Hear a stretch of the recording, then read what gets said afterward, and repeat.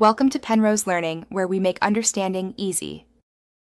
You start by making sure both AirPods Pro are paired and charged. You don't need extra apps. Once seated in your ears, press and hold the force sensor on either stem to trigger noise control. If you prefer the screen, swipe into Control Center, long press the volume block, and tap Noise Control. Do this now to toggle into active noise cancellation. It's the direct, immediate way to engage the feature and confirm you're hearing a difference.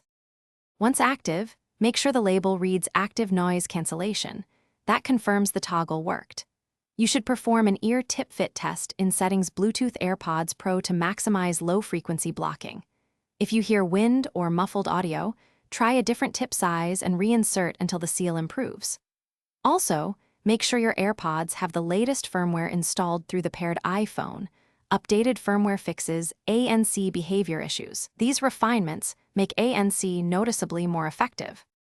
To finish, practice switching modes. Press and hold the stem for quick toggles or use Control Center for visual confirmation. Listen specifically for reduced low-frequency hums like HVAC or traffic to judge effectiveness.